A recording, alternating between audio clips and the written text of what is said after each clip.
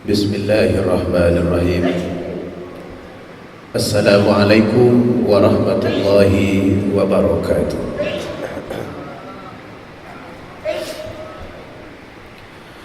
Alhamdulillahi rabbil alamin, wal aqibatu lil muttaqin wala udwana illa 'alal zalimin. Wa nusalli wa nusallim ala sayyidina wa habibina wa maulana Muhammad wa ala alihi wa sahbihi ajma'in. Allahumma alimna ma jahilna wa dhakkirna ma nasina waftah alaina min khazaini rahmatika ya arhamar rahimin. Ya Allah, ya Tuhan kami, ajarkanlah kepada kami apa yang tidak kami ketahui, dan ingatkanlah kami apa yang kami lupa, serta bukakanlah kepada kami pintu rahmat-Mu, wahai yang maha pengasih lagi maha penyayang. Amin, amin ya rabbal alamin.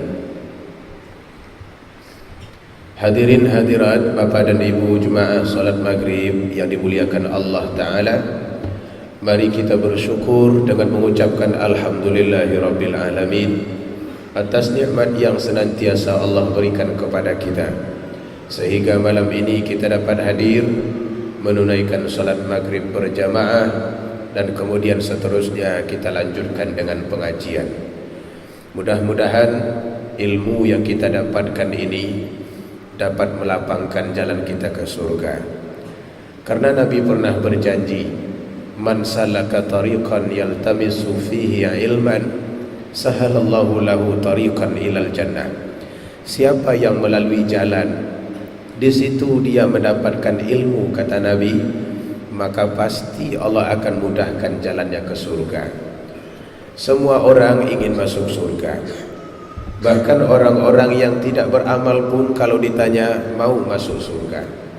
Tetapi surga itu tidak dapat dicapai dengan hayalan, mesti ada usaha untuk itu. Salah satu bentuk usaha yang dapat memuluskan dan menyampaikan kita ke surga, kata Nabi, melalui jalan yang di situ kita dapat ilmu. Sebab itulah duduk sesaat menuntut ilmu itu lebih baik daripada solat 100 rakaat dalam satu malam. Bahkan Nabi juga bilang dalam riwayat lain 1000 rakaat dalam satu malam. Jadi walaupun mungkin kita tidak begitu mudah ingat dengan apa yang disampaikan, setidaknya pahalanya sudah kita dapatkan. Mudah-mudahan semua nikmat ini Allah berikan kepada kita. Amin ya rabbal alamin. Kemudian salawat dan salam kepada Nabi Muhammad sallallahu alaihi wasallam. Allahumma salli wa sallim wa barik ala sayyidina Muhammad wa ala alihi wa sahbihi ajma'in. Kita sambung kembali kajian tentang tadhkirah fi ahwalil mauta wa umuril akhirah. Peringatan-peringatan tentang keadaan-keadaan mati dan persoalan-persoalan akhirat. Pada pertemuan yang lalu kita sudah menjelaskan bahwa surga itu didapati dengan cara yang tidak kita senangi, dan neraka itu dikelilingi oleh benda-benda yang paling disenangi oleh manusia. Ini sama seperti jerat. Kalau kita lihat orang meletakkan jerat, pasti yang diinginkan oleh hewan yang ditangkap itu yang diletakkan di dalam. Tetapi setelah dia memakan, maka dia akan terperangkap. Neraka begitu. Ada keindahan, ada sesuatu yang amat menarik menurut manusia, tapi ketika manusia mencoba mengambilnya, maka ia akan terperangkap di dalam neraka. Sebaliknya surga, kata Nabi, huffatil jannah bil makarih, dia dikelilingi oleh sesuatu yang tak digemari manusia. Walaupun sebetulnya indah sekali di dalam, tetapi untuk sampai ke situ amatlah susah. Banyak tantangan yang dihadapi, banyak halangan yang melintang. Inilah surga yang disebut oleh Allah dan Rasulnya. Dan pada pertemuan ini kita akan menjelaskan tentang bab fi sifati ahlil jannah wa ahlin nar. Siapa yang masuk ke surga itu dan siapa pula yang akan masuk ke dalam neraka. Kita tahu bahwa perhitungannya nanti, tetapi orang-orangnya sudah bisa dikenal dari sekarang, karena banyak hadis dan banyak riwayat yang menyampaikan itu. Dan juga dia akan dibahas pada pertemuan ini fi syararin nas, manusia yang paling buruk. Jadi mudah-mudahan dengan mengetahuinya kita dapat menghindarkan diri dari golongan-golongan orang yang buruk ini. Hadirin yang dimuliakan, satu kali Rasulullah sallallahu alaihi wasallam berkhutbah. Dalam khutbah itu beliau berkata, Ahlul jannah thalathah, orang yang akan masuk surga itu ada 3. Ini bukan bermakna hanya terbatas kepada 3 ini saja, tapi biasanya begitu. Dalam hadis ini Nabi sebut 3, dalam hadis lain Nabi sebut 5, dan dalam kali yang lain pula boleh jadi lebih dari itu. Yang disebutkan dalam hadis yang diriwayatkan oleh Imam Muslim ini, Nabi menyebutnya 3 yang akan masuk surga itu. Yang pertama kata beliau, Dzu sultanin muqsid mutasaddiq muwaffiq, seorang pemimpin yang adil, yang selalu berkata jujur. Ini yang paling susah dicari sekarang, pemimpin yang adil yang berkata jujur ini. Pemimpin yang adil ini juga masuk dalam golongan orang yang mendapatkan perlindungan ketika tidak ada perlindungan kecuali perlindungan Allah. Sab'atun la yauma la dhilla, sab'atun yadhilluhumullahu yauma la dhilla illa dhillu. Ada 7 golongan yang akan mendapatkan perlindungan Allah di saat tidak ada perlindungan kecuali perlindungannya. Salah satunya imamul adil, imam yang adil. Muqsid dan adil sama. Apa makna adil ini? Menjalankan tugas dengan baik, menyampaikan amanah dengan baik, dan kemudian bersikap adil kepada masyarakatnya. Yang seperti ini mereka akan masuk ke dalam surga. Apa sebab begitu besar janji Rasul bahwa mereka akan masuk surga? Karena payah dicari. Dari sekian banyak pemimpin Islam, hanya 2 katanya yang masuk golongan orang yang memang benar-benar hebat. Satu Umar bin Khattab, yang satu lagi Umar bin Abdul Aziz. Sedangkan pemimpin yang lain tidak tertulis di dalam sejarah apa kehebatan mereka dan bentuk apa pula keadilan mereka. Oleh karena itu, menjadi pemimpin itu di satu sisi sangat baik, tapi di sisi yang lain berbahaya. Ibarat dikatakan oleh orang lain, menjadi pemimpin sebelah kaki di neraka, sebelah kaki lagi di surga. Kalau salah-salah langkah masuk neraka, tapi kalau langkahnya masih benar, kepemimpinannya bisa menyampaikannya ke surga. Pemimpin yang adil itu adalah orang yang masuk surga pertama. Yang kemudian yang kedua kata Nabi, rajulun rahim raqiqul qalbi likulli dzi qurba wal muslim. Orang yang hatinya penyayang, hatinya lembut, serta selalu sayang kepada dzi qurba wa muslim. Dzi qurba ini tetangga, kaum kerabat yang dekat kepadanya. Jadi kalau kita simpulkan secara umum poin kedua, yang masuk surga itu orang yang penyayang. Yang tak penyayang, yang garang-garang, yang suka bertengkar, itu takkan masuk ke dalam surga. Karena surga bukan untuk orang bertengkar, bukan untuk orang yang pembenci, bukan untuk orang yang pendengki. Bahkan jika pendengki itu di dalam surga, Allah suruh keluar dia. Siapa contohnya yang pernah disuruh keluar? Iblis. Iblis itu ibu bapa jelek-jelek begitu, mantan surga itu. Mantan surga. Setidaknya kalau sempat adalah reuni mantan surga, masuklah iblis satu. Kita belum masuk karena belum nampak lagi surga itu dan belum tentu juga masuk. Iblis sudah masuk surga lebih duluan dari Nabi Adam. Tandanya lebih duluan dari Nabi Adam, ketika Nabi Adam dicipta, disuruh oleh Allah malaikat sujud, iblis ikut sebetulnya dalam perintah itu, tapi dia tak mau. Apa sebab dia tak mau? Sombong dan kemudian menjadi pembenci orangnya. Akibat bencinya itulah Allah suruh dia keluar. Keluar dari surga iblis.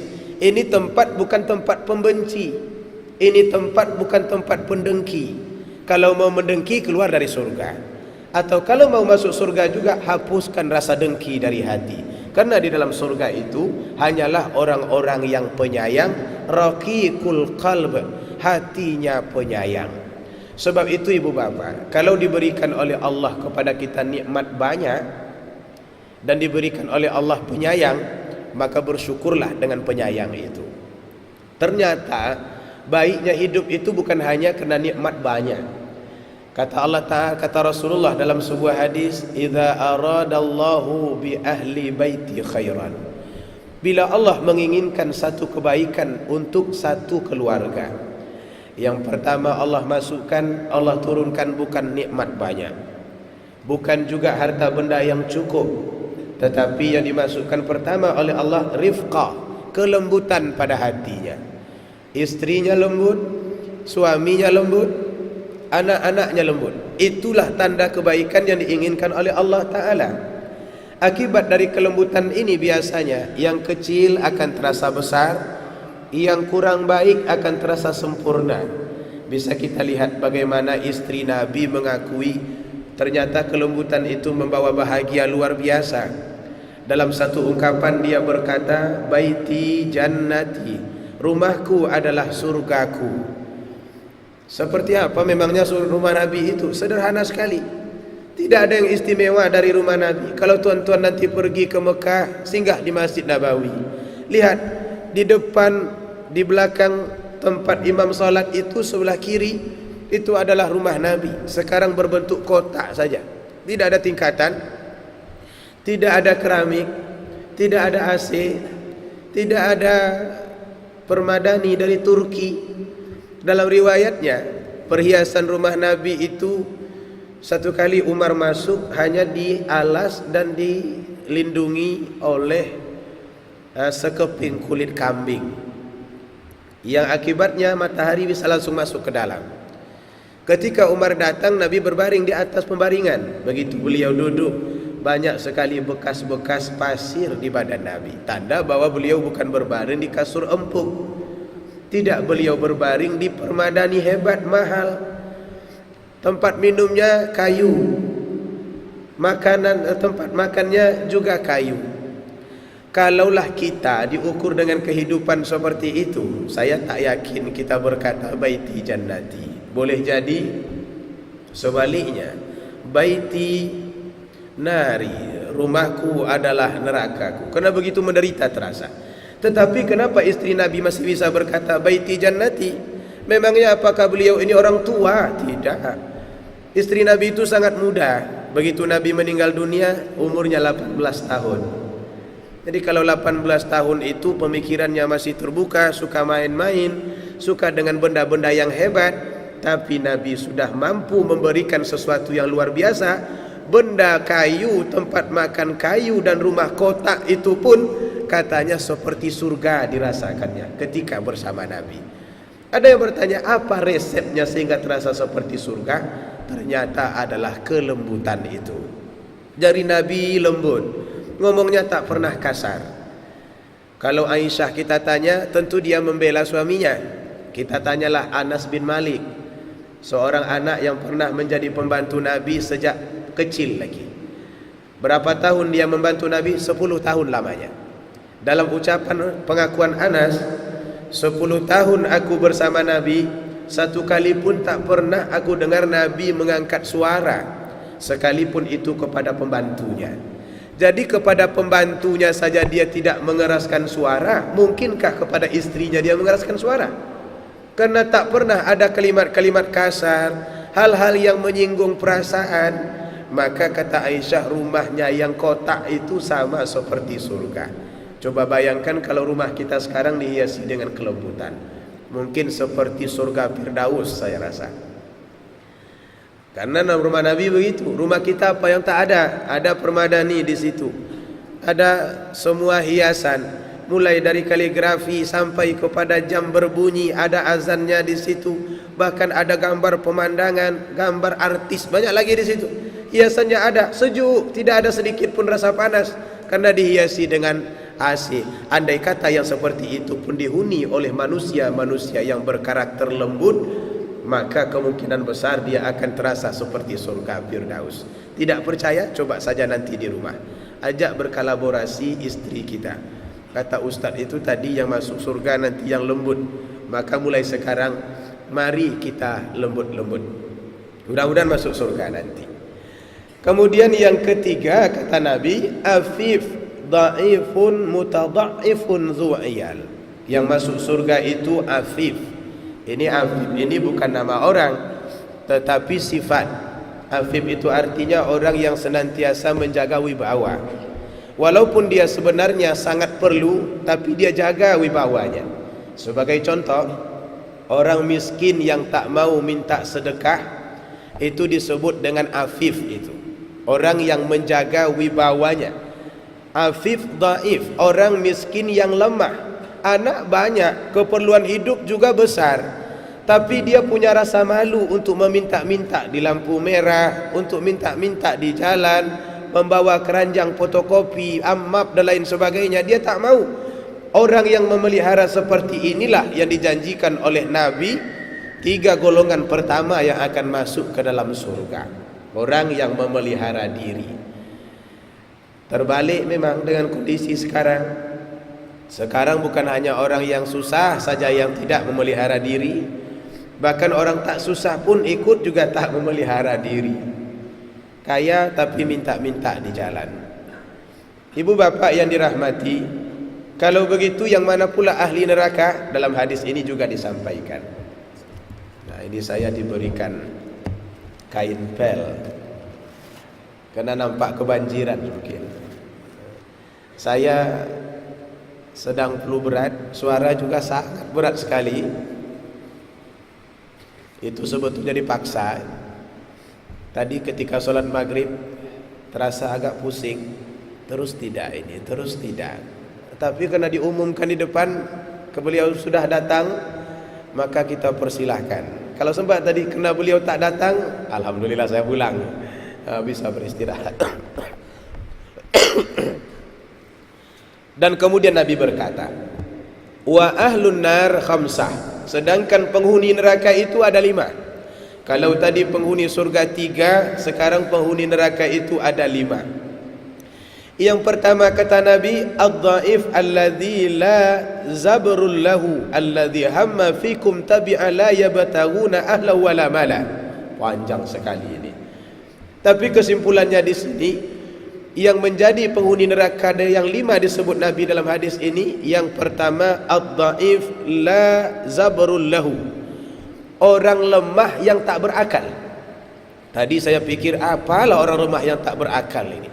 Sudah tidak berakal masuk neraka pula. Adilkah Allah itu? Rupanya ada penjelasan di belakang. Lemah di sini bukanlah lemah akal, bukanlah lemah badan, tapi lemah agama.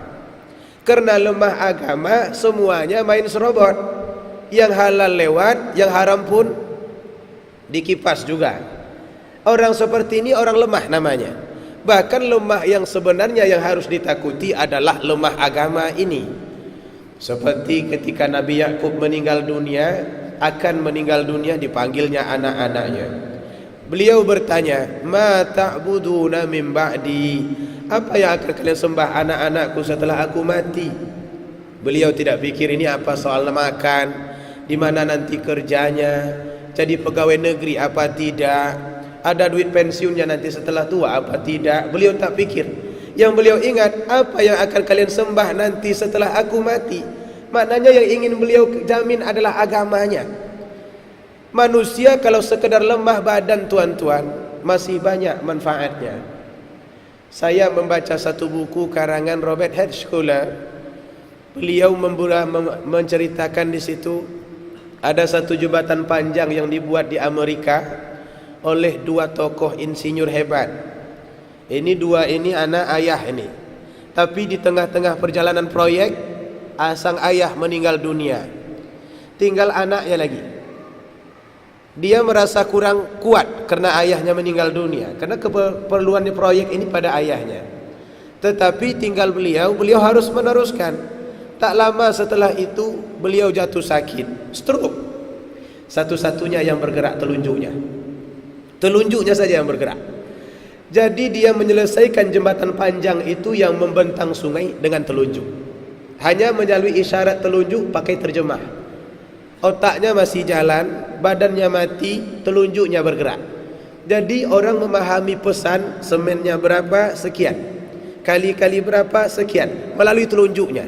Alhamdulillah sampai sekarang kata Robert H. Schuller, motivator Amerika, jembatan itu masih bisa dipakai. Jadi orang kalau lemah badan, lemah kondisi fisik itu tidak ada masalah. Banyak orang bisa. Orang buta jadi imam banyak, hafal 30 juz Al-Quran. Orang buta bisa memprogram keyboard, orang buta bisa nyanyi, padahal dia lemah. Tapi yang lemah, yang paling dikhawatirkan itu adalah lemah agama. Sampai Allah di dalam satu surah di Al-Quran mengingatkan secara terang, وَلْيَخْشَى الَّذِينَ لَوْ تَرَكُوا مِنْ خَلْفِهِمْ ذُرِّيَّةً ضِعَافًا. Takutlah kalian meninggalkan setelah kalian anak-anak yang lemah. Ulama-ulama kita membuat lemah itu dua. Satu, lemah ekonomi. Yang kedua, lemah agama. Tapi kemudian mereka lebih fokus pembicaraan tentang lemah agama. Apa sebab? Kalau agama yang lemah, maka dia akan diombang-ambing oleh hidup. Yang halal dimakan, yang haram pun lewat. Punya orang lain diambil, punya dia apa lagi? Punya orang punya kita, ya tetap punya kita. Gak boleh diambil oleh orang lain. Nah, yang seperti ini kata Rasulullah sallallahu alaihi wasallam, orang yang akan masuk neraka itu. Jadi bersyukur kita walaupun dengan badan yang sehat, Allah berikan pula kekuatan agama. Setidaknya jauh kita melangkah kemari. Malam ini nampaknya agak ramai sedikit apa yang terjadi ini. Jauh kita datang kemari, ada yang pakai mobil, pakai jalan kaki, ada juga yang naik kendaraan motor. Itu menginjak pedal gas itu kalau tidak ada tenaga tak sampai. Alhamdulillah Allah berikan. Mudah-mudahan kaki ini kelak jadi saksi baik. Sebab ada waktunya nanti mulut yang selalu berbicara ini tak mampu mengeluarkan kata-kata, tidak bisa merangkai ucapan. Al-yawma nakhtimu ala afwahihim wa tukallimuna aydihim wa tashhadu arjuluhum bima kanu yaksibun. Ada waktunya nanti mulut kalian aku kunci, kata Allah Ta'ala. Tidak dibiarkan berbicara. Tukallimuna aydihim, tangan kalian akan berbicara, dan kaki kalian akan menjadi saksi apapun yang pernah dilakukannya ketika hidup. Maka bersyukurlah orang yang kakinya selalu membawanya ke tempat yang baik ini. Mudah-mudahan kaki ini selalu diringankan oleh Allah. Amin ya rabbal alamin. Kemudian yang kedua, yang masuk neraka, penghuni neraka itu adalah al-khain alladzi la yukhfa lahu tama' wa indaqqa ila khanahu. Pengkhianat. Nah, ini pengkhianat ini artinya orang yang mengkhianati apa yang kita percayakan kepadanya. Dalam peribahasa, pagar makan tanaman, menggunting dalam lipatan, menjegal teman sendiri, kan banyak istilah. Ini dipakai untuk para pengkhianat. Orang-orang yang diberikan kepercayaan lalu dia berkhianat, mereka dikatakan Nabi ini penghuni neraka di dalam hadis ini. Bahkan ada jenis orang itu kata Rasulullah, dia tidak ragu sama sekali memperlihatkan pengkhianatannya kepada orang lain. Andai kata kita berikan benda kecil sekalipun, tak aman kita dari pengkhianatannya. Maka orang seperti ini adalah orang masuk neraka kedua. Lagi, wa rajulun la yusbihu wa la yumsi illa wa huwa yukhadi'uka an ahlika wa malik. Orang yang pagi dan petang selalu berusaha untuk menipu orang lain, ini juga termasuk penghuni neraka. Pagi petang menipu orang lain, baik dari keluarga ataupun dari hartanya. Sekarang ini kalau kita lihat paling sulit untuk membersihkan diri dari hal-hal seperti ini, kecuali orang yang memang sudah terlatih untuk selalu berkata jujur. Pantas Nabi mengatakan, tajirus saduq, seorang pedagang yang jujur, maka dia akan dibangkitkan oleh Allah ma'asyuhada'i was salihin, bersama orang-orang mati syahid dan bersama orang-orang yang saleh, orang-orang yang jujur. Kenapa begitu? Sulit mencari orang yang jujur. Kadang-kadang kita termotivasi untuk melakukan perkara-perkara yang di luar dari norma agama. Ada dorongan yang hebat, yang luar biasa. Dijual nanti duku, terlalu panas hari, orang jarang belanja, muncul ide. Nah, ide ini kadang-kadang bersifat menipu.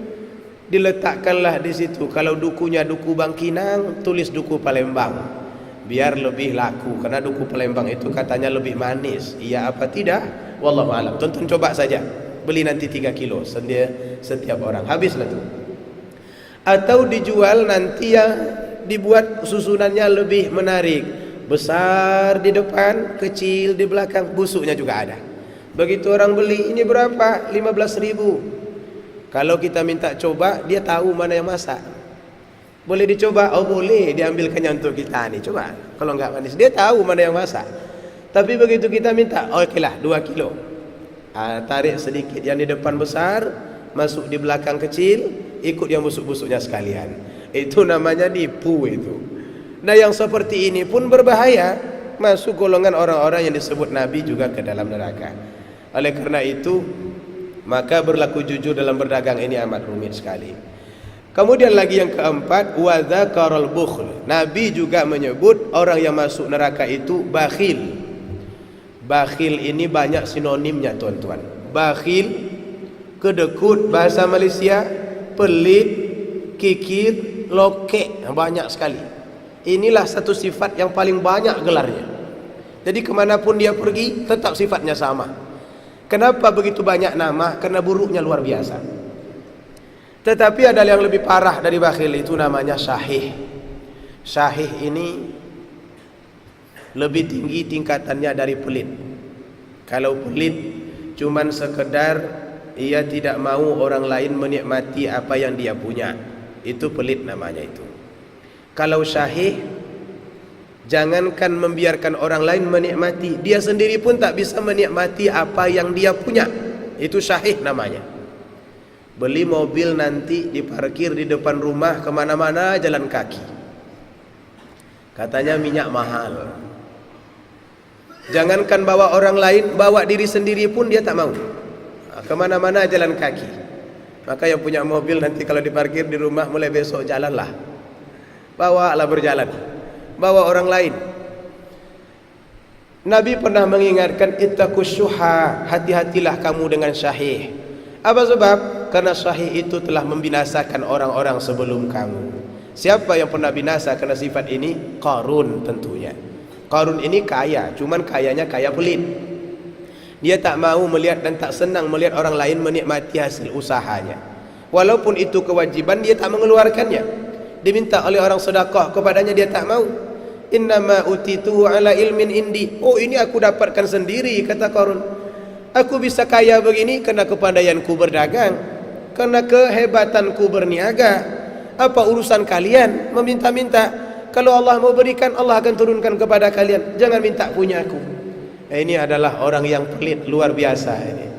Nah, orang yang pelit ini juga nanti masuk neraka. Selain dia masuk neraka, harta-harta yang dia tahan itu pun ikut masuk neraka. Tak percaya, baca saja Al-Quran. La yahsabanna alladhina yabkhaluna bima atahumullahu min fadli huwa khairul lahum. Janganlah orang pelit itu berfikir bahwa harta yang ditahannya itu baik untuk mereka, jadi kaya mereka karena itu. Nah, kalau tidak, bal huwa syarrul lahum, itu buruk untuk mereka. Apa buruknya? Di dunia mereka akan dikucilkan, di akhirat sayutawwaquna ma bakhilu bihi yaumal qiyamah. Allah akan kalungkan yang ditahan-tahannya itu di leher. Kalau yang dikalungkan itu berubah menjadi kalung emas, tak ada masalah. Yang ganteng-ganteng, yang cantik-cantik dibuatnya. Tapi kalau menyala-nyala pula api neraka di situ, tentu saja tidak ada efek baiknya di situ. Karena yang di dalam neraka itu tidak ada yang enak. Nabi juga menyebutkan selain bakhil, kadzib, orang yang pembohong. Ini juga termasuk di antara penghuni neraka. Wal wasyanzir al-fuhash, orang-orang yang selalu melakukan perbuatan-perbuatan hina. Jadi satu hadis ini menjelaskan begitu. Di hadis yang lain justru Rasulullah sallallahu alaihi wasallam tambah pula dengan kalimat-kalimat yang lain. Hadirin yang dirahmati Allah Subhanahu wa taala. Ada yang bertanya, tenggorokan saya sangat kering sekali. Silakan. Oh, minum. Ada yang bertanya, Bapak Ibu? Dia kalau bertanya saya bisa istirahat. mendengar pertanyaannya saya minum begitu. Kalau tidak ada, nampaknya saya harus tancap gas juga ini. Walaupun dalam situasi businya agak basah-basah sedikit, tapi kita lewatkan juga. Ada yang bertanya?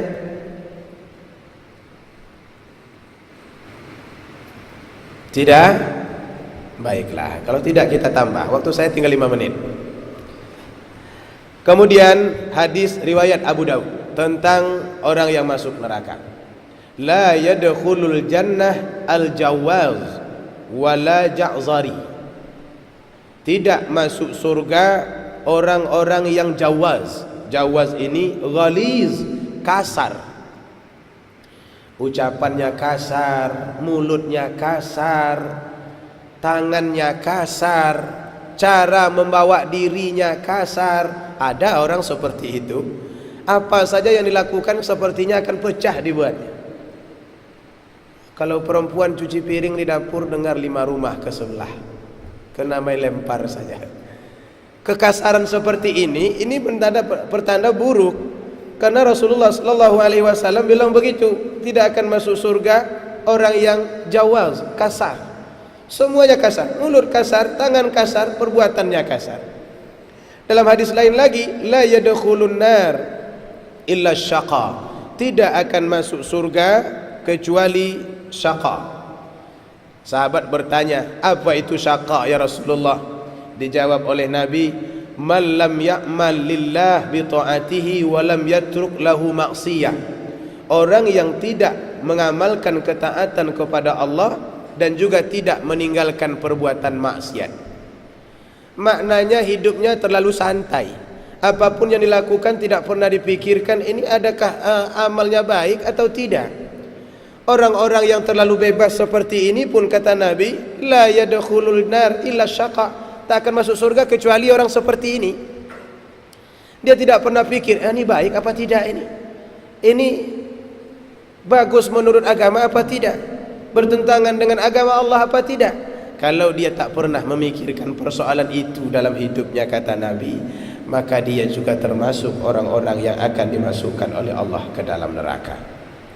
Hadirin yang dirahmati Allah Subhanahu wa taala. Banyak sekali hadisnya. Kita baca hadis paling panjang dalam waktu yang sangat singkat. Satu kali Ibnu Abbas, Rasulullah berkata kepada Ibnu Abbas, sehingga beliau meriwayatkan hadis.